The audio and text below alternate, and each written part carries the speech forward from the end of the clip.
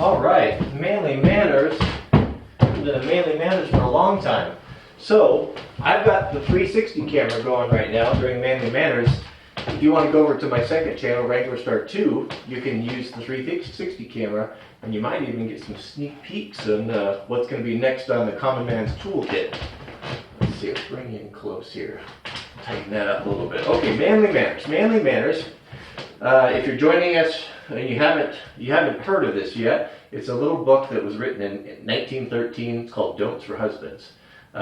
It has great advice, great politically non-correct advice for men, how to treat women and how to be the best husband we can be. And so we have gleaned some good stuff from our manly manners. So as is our custom as of late, this is not premeditated. We're just going to open it up, let Providence be our guide, and deal with whatever it is that we're faced with here.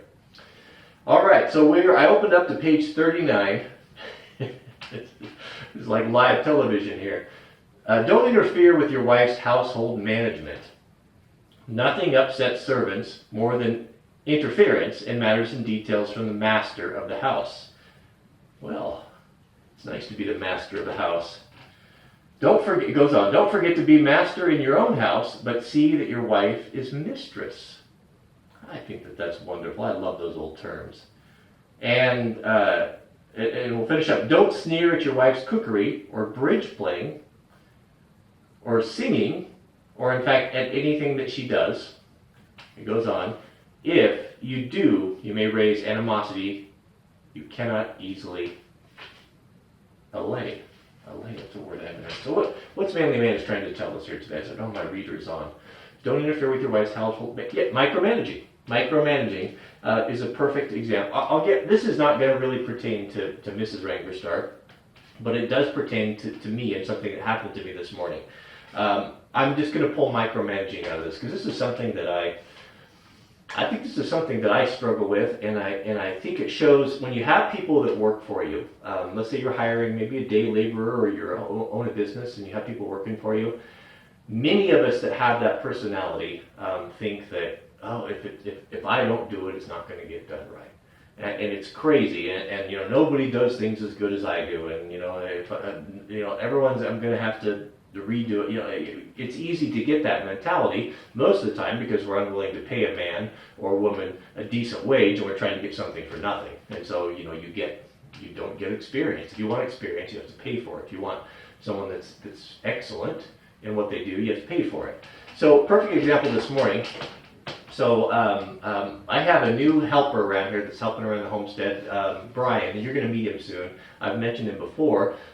Brian is looking for a little bit of part-time work, and so I said, I could use some help around here. So he's going to help out with me, a few hours a week to do all sorts of things. He's out helping me organize and clean up the shop, and he's going to be involved with helping with the videos as well, flying the drone, and maybe even do some computer work and editing and that type of thing. So I had a task for him. I had the main metal shop, the great big one that took all the damage from the winter snow, and it was really disorderly, and it was kind of turned into a dumping ground as I was working on this shop, and I was just embarrassed by how disorganized and chaotic it was. And so I was standing this morning, and he was coming over. I was waiting for him to come over, and I thought, well, maybe Brian I'll have him do this and organize and help me get the shop cleaned up a little bit.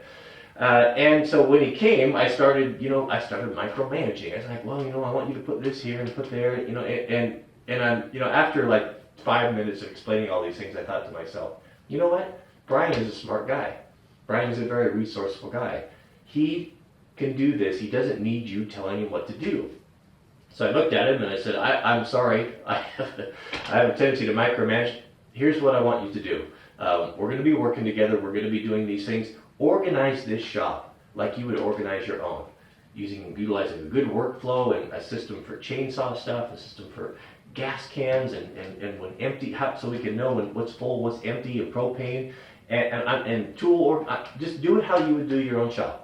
And I just came in here and went back to work on the Common Man toolbox. And so I went out just to grab something out of the shop, and it was amazing. You know, he had thought of things and had done things and organized things in a way that was better than what I would come up with. It was just wonderful, and I thought, you know, I think that's what we're talking about. You know, don't micromanage everyone, and let them figure it out, because usually they'll surprise you, and they might even do a better job than you would do yourself sometimes. And it goes with household too, you know. And what else? Was there anything else we can glean from manly manners? Well, don't forget to be the master of your own. Don't forget to be the master of your own house, and make sure your wife is your mistress. I think those are wonderful terms. Don't have the meaning now that they once did. But, all right, thanks for watching, and we'll see you guys on the next video.